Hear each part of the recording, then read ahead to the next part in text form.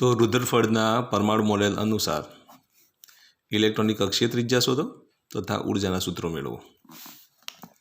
તો આ પ્રશ્ન મોસ્ટ આઈએમપી છે। કોઈ મોડેલ લેવાનું છે, બોહરનું મોડેલ નહીં પણ રુદરફોર્ડનું મોડેલ લેવાનું છે। તો રુદરફોર્ડે જે પરમાણુ મોડેલ રજૂ કર્યું એમાં એને એવું કહ્યું કે ન્યુક્લિયસની આસપાસ ઇલેક્ટ્રોન આર ત્રિજ્યાના વર્તુળાકાર માર્ગમાં શું કરે છે? પરિભ્રમણ કરે છે। તો રુદરફોર્ડના મત અનુસાર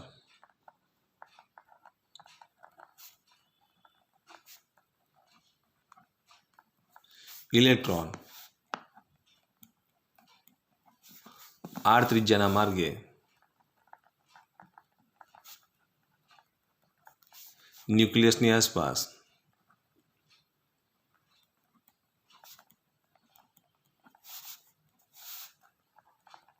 नियमित वर्तुळमय गति करे छे।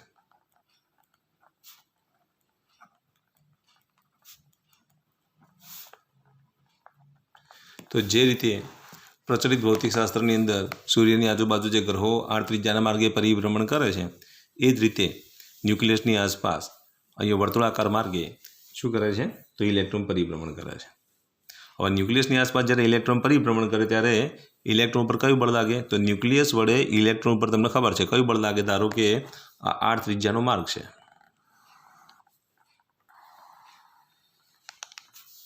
हवे आर त्रिज्याना मार्ग माटे आ न्यूक्लियसनुं शुं छे? केंद्र छे। न्यूक्लियसना केंद्रथी आ जे अंतर जे छे त्रिज्या आर छे।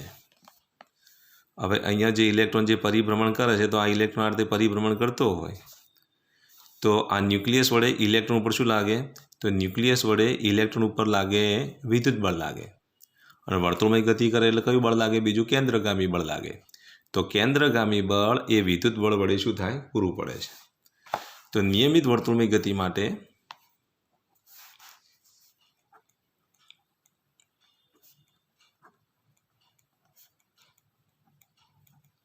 न्यूक्लियसनी आसपास એટલે કે ઇલેક્ટ્રોન ઉપર લાગતું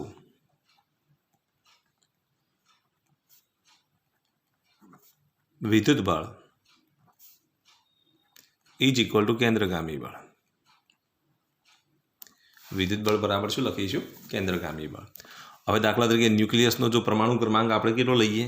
તો ન્યુક્લિયસ જે છે આપણે અહીંયા જે પરમાણુ મોડેલ જે રજૂ કરીએ છીએ એના માટે तो परमाणु मॉडल कई लई? हाइड्रोजन माटे।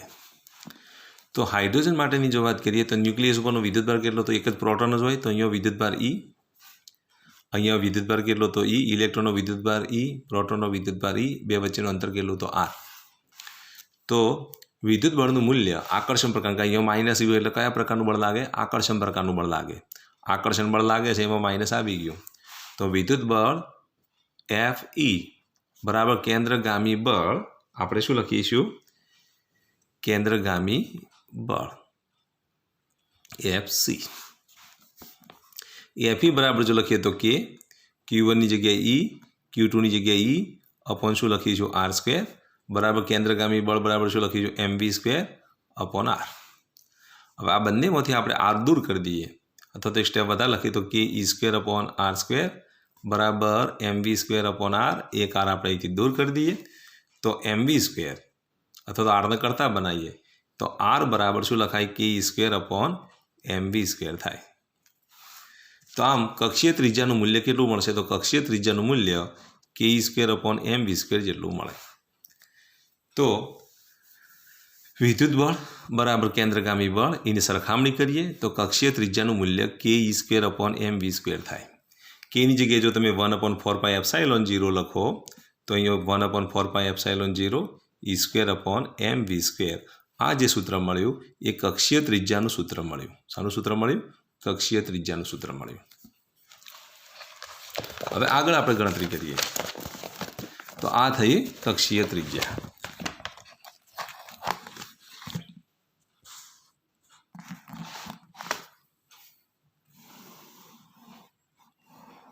तो आ जे कक्षीय त्रिज्या मळी ए हाइड्रोजन परमाणु माटे न्यूक्लियसनी आजूबाजू इलेक्ट्रॉन परिभ्रमण करे तेना माटे कक्षीय त्रिज्या मळी।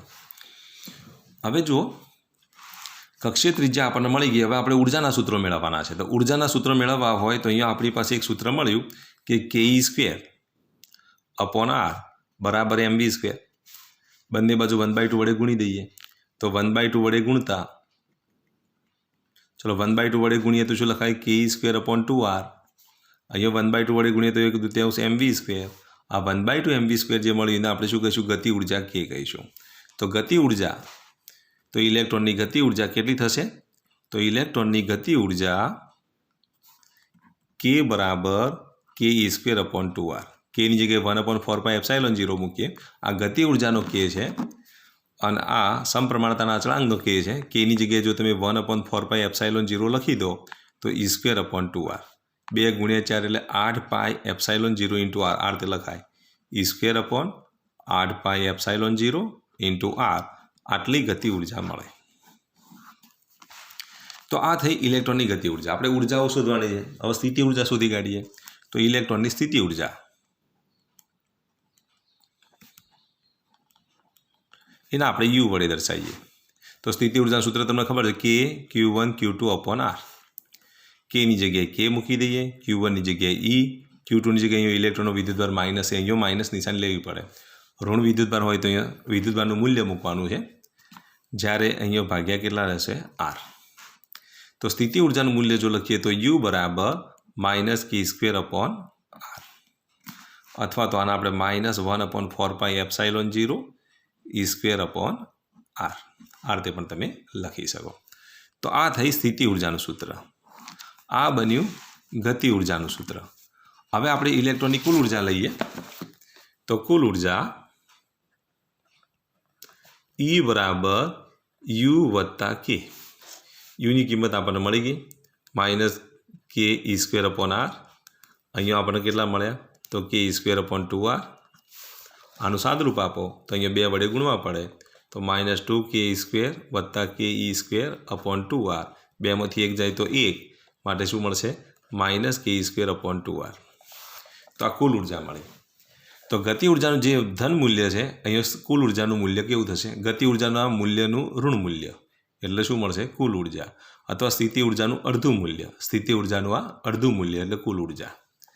તો આના બરાબર જો લખીએ તો E બરાબર -1/4πε0 e² / r e² / 2r 4 × 2 એટલે 8 તો -e² / 8ε0 × r આ કુલ ઉર્જાનું સૂત્ર મળ્યું। તો તમે કુલ ઉર્જાનું સૂત્ર આ રીતે લખી શકો કુલ ઉર્જાનું સૂત્ર તમે આ રીતે પણ લખી શકો।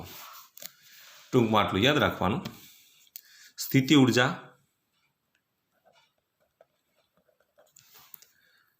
u બરાબર -k² / r છે કુલ ઉર્જા E બરાબર -ke² / 2r છે માટે E બરાબર u/2 થાય એટલે u બરાબર 2e થાય। ગતિ ઉર્જા k બરાબર કેટલા તો ke² / 2r તો ગતિ ઉર્જા k બરાબર -u/2 થાય માટે u બરાબર -2k બરાબર અને ગતિ ઉર્જા અને કુલ ઉર્જા u/2 k બરાબર -u/2 એનો મતલબ એ થયો કે k બરાબર -e થાય એની કિંમત u/2 મૂકી દો તો k બરાબર શું લખાય -e। તો આ બધા સૂત્રો યાદ રાખવાના। સ્થિતિ ઉર્જા કેવી થાય તો બમણી છે સ્થિતિ ઉર્જા કેવી છે તો કુલ ઉર્જાના બમણી છે ગતિ ઉર્જા એ કુલ ઉર્જાનું ઋણ મૂલ્ય છે તો એ રીતે ધારો કે સ્થિતિ ઉર્જા એ ગતિ ઉર્જાના ઋણ મૂલ્યનું બમણું મૂલ્ય છે તો આ રીતે આના જુદા જુદા સૂત્રો તમે વિચારી શકો। તો આમ રુધરફોર્ડના પરમાણુ મોડેલ પ્રમાણે રુધરફોર્ડના પરમાણુ મોડેલ પરથી તમને કક્ષીય ત્રિજ્યા શોધવાનું કહે ઇલેક્ટ્રોનની ત્યાર પછીની કુલ ઉર્જા શોધવાનું કહે તો એના માટેના સૂત્રો તમારે યાદ આ રહે રાખવા પડે।